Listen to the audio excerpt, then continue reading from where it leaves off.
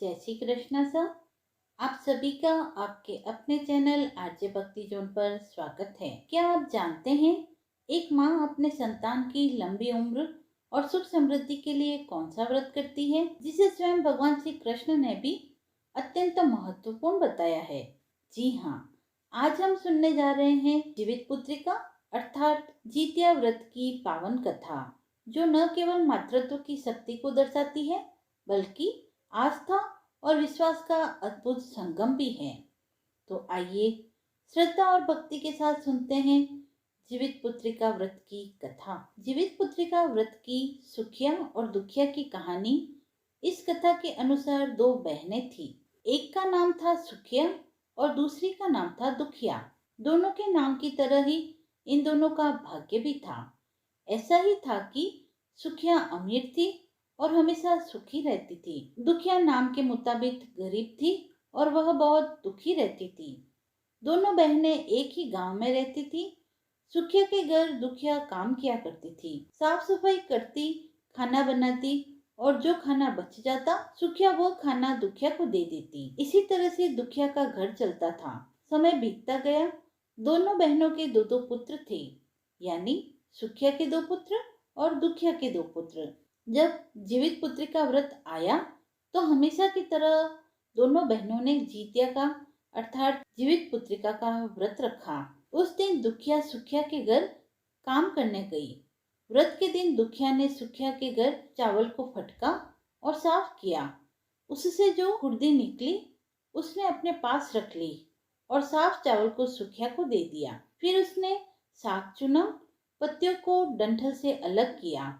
यहाँ पर भी बढ़िया वाला साग उसने सुखिया के लिए रख दिया और बची हुई डंठल थी उसे अपने पास रख लिया।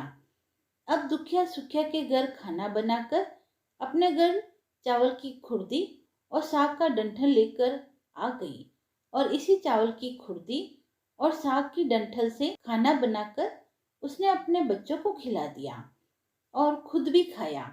इसके बाद दुखिया सोने चली गई। आधी रात हो गई और एक बूढ़ी औरत आई और उसने दरवाजा खटखटाया। तो दुखिया ने पूछा, कौन है? तब उस बूढ़ी औरत ने बोला, बेटा मैं हूँ। दुखिया ने उठकर दरवाजा खोला और कहा, माँ आपको क्या चाहिए? आप इतनी रात यहाँ किस लिए आई हैं? तब बूढ़ी औरत ने कहा, बेटी मुझे बहुत भूख लगी है, कुछ खाने को दे दो। दुखिया ने उस बूढ़ी औरत को घर के अंदर ले लिया और कहा, हम लोग बहुत गरीब हैं। आज मैंने खुर्दी का चावल और साग का डंठल बनाया है, क्या आप उसे खाओगी? तो बुढ़िया ने कहा, हाँ क्यों नहीं, मुझे भूख लगी है, मैं वही खा लूंगी। दुखिया उस बूढ़ी औरत को खाने को देती है। बूढ़ी औरत खाना खाने के बाद कहती है, मुझे अच्छे से कुछ दिखाई नहीं देता, ऐसे में इतनी रात के अंधेरे में मैं अपने घर कैसे जाऊंगी? दुखिया ने कहा, कोई बात नहीं माँ, आप यहीं पर सो जाइए, सुबह होने पर अपने घर चले जाना। तब बूढ़ी औरत दुखिया के घर ही सो गई। बूढ़ी औरत थोड़ी देर बाद उठकर बोलती है, बेटी मुझे दीर्घ शंका हो रही है, कहाँ जाऊं? इस पर दुखिया कहती है, मेरे घर में शौचालय नहीं है, इसीलिए आप उधर कोने में ही कर लीजिए। तब वह बूढ़ी औरत पूछती है, बेटी भड़कर करूं या छड़छड़ करूं? दुखिया नींद में थी तो वह नींद में ही उससे कहती है, भड़कर कर दो, मैं सुबह साफ कर दूंगी। इसके थोड़ी देर बाद बूढ़ी औरत कहती है, बेटी मैं अपने हाथ साफ कहाँ करूं? इस पर दुखिया कहती है, आप मेरे सर पर अपने हाथ को साफ कर लीजिए। सुबह होने पर दुखिया जब उठती है तो उसे यह सब एक सपने जैसा लगता है।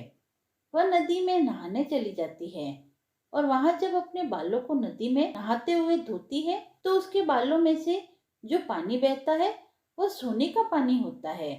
आसपास की सारी स्त्रियां यह देखकर आश्चर्यचकित हो जाती हैं और दुखिया से कहती है, क्या बात है, तुम्हारे बालों से तो सोने का पानी गिर रहा है। उन सभी की बातें सुनकर रात की बात उसे याद आती है और वह दौड़कर अपने घर की ओर भागती है और यह सोचकर कि उसका घर तो बूढ़ी औरत के खाने अर्थात गंदगी से भरा हुआ है, पहले उसे साफ कर लेना चाहिए। लेकिन जब वह अपने घर जाती है तो देखती है कि घर के हर कोने में ढेर सारा सोना बिखरा पड़ा है। यह सब देखकर दुखिया बहुत खुश हो जाती है और सोचती है कि यह सब जीतमान बाबा यानी जिमूत वाहन की कृपा से हुआ है, जो मेरे घर बूढ़ी माँ का स्वरूप लेकर आए और इतना सारा आशीर्वाद देकर गए। अब दुखिया भी अमीर हो गई और सुखिया के घर जाकर काम करना उसने बंद कर दिया। दुखिया अपना व्रत पूरा करने के बाद अपने पुत्र से कहती है कि जाओ अपनी मौसी के घर से तराजू ले आओ, मुझे यह सोना नापना है कि कितना है। बच्चा खुशी खुशी मौसी के घर जाकर तराजू मांगता है। इस पर सुखिया पूछती है, तराजू में क्या नापना है? बच्चा भोला होने के कारण बता देता है, मेरे घर बहुत सा सोना है, माँ को उसे ही नापना है। सुखिया बच्चे को बोलती है, तुम्हारे पास खाने को तो कुछ है नहीं और इसमें सोना नापोगे, मुझसे झूठ बोलते हो। तब बच्चा कहता है, मैं झूठ नहीं बोल रहा। तब सुखिया सोचती है, तराजू मांगा है तो कुछ तो जरूर नापेगी, इसीलिए वह तराजू के नीचे गोंद लगा देती है और सोचती है जो भी नापे वह इस तराजू में चिपक जाएगा। दुखिया ने तराजू पर सोना नापा तो सोने का टुकड़ा इस तराजू में चिपक गया। जब बच्चा तराजू लौटाने गया तो सुखिया ने तराजू को अलट पलट कर देखा कि तराजू के पीछे गोंद में क्या लगा हुआ है। उसने देखा, यह तो सोना है। यह देखकर सुखिया सोचने लगी कि दुखिया के घर में सोना कहाँ से आया, इसीलिए तो वह कई दिनों से काम को नहीं आ रही। सुखिया दुखिया के घर जाकर देखती है तो वहाँ बहुत सा सोना होता है और जब वह दुखिया से पूछती है कि तुम्हारे पास इतना सोना कहाँ से आया जिसे नापने के लिए तुमने तराजू मंगाया। दुखिया मन से सच्ची और भोली थी, इसीलिए वह उस रात वाली सारी बात अपनी बहन सुखिया को बता देती है।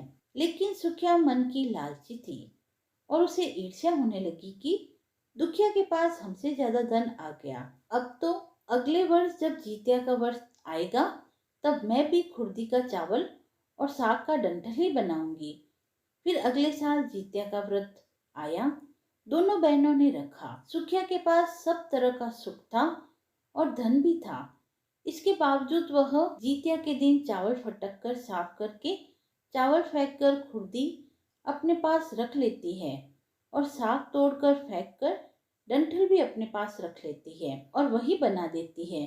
पूजा पाठ और खा पीकर सुखिया सोने चली जाती है। आधी रात को उसके घर पर भी एक बुढ़िया आती है। सुखिया उसी का तो इंतजार कर रही थी। उसने तुरंत दरवाजा खोल दिया और उस औरत को अपने घर के अंदर ले लिया। बूढ़ी औरत ने कहा, मुझे बहुत भूख लगी है, खाने को कुछ दे दो। पर सुखिया कहती है, मैंने तो खुर्दी का चावल और डंठल का साग बनाया है, तो मैं वही दे दूं? बूढ़ी औरत कहती है, कोई बात नहीं, वही दे दो, मैं खा लूंगी। सुखिया ने वही खाना परोसकर बूढ़ी औरत को दे दिया और सोने चली गई।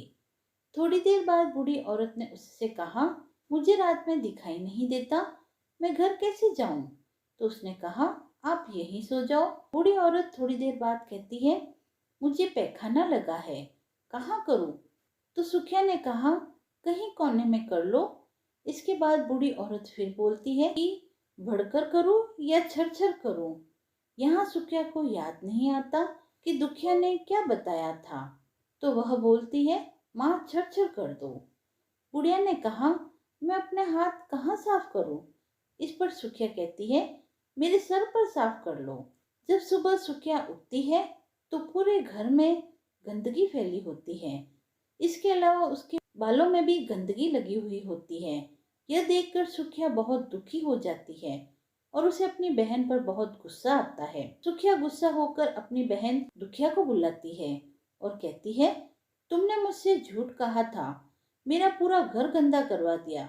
तुमने क्या कहा था, बढ़कर या छड़? तो सुखिया ने बताया, मैंने तो छड़ बोला था। यह सुनकर दुखिया बोली, तुमने यहीं पर गलती कर दी। तुम्हारे पास तो सब कुछ था, किसी भी चीज की कोई कमी नहीं थी, फिर भी तुमने लालच किया। तुम्हारे घर स्वयं जीमूत वाहन वेश बदल कर आए, किंतु फिर भी तुमने उन्हें अच्छा खाना नहीं परोसा। मेरे पास तो कुछ नहीं था, इसीलिए मैंने उन्हें खुर्दी का चावल और साग का डंठल दिया था, लेकिन अपने घर आए भगवान का तुमने अपमान किया। तुम्हारे पास सब कुछ होने पर भी तुमने लालच किया, इसीलिए तुम्हारे साथ बुरा हुआ। तो यह थी सुखिया और दुखिया की जीवित पुत्रिका की कथा। यदि आपको यह कथा पसंद आई हो तो आप वीडियो को लाइक करें, चैनल को सब्सक्राइब करें और ऐसे ही धार्मिक कथाओं व व्रत महात्म्य को सुनने के लिए जुड़े रहें आरजे भक्ति जोन के साथ। धन्यवाद।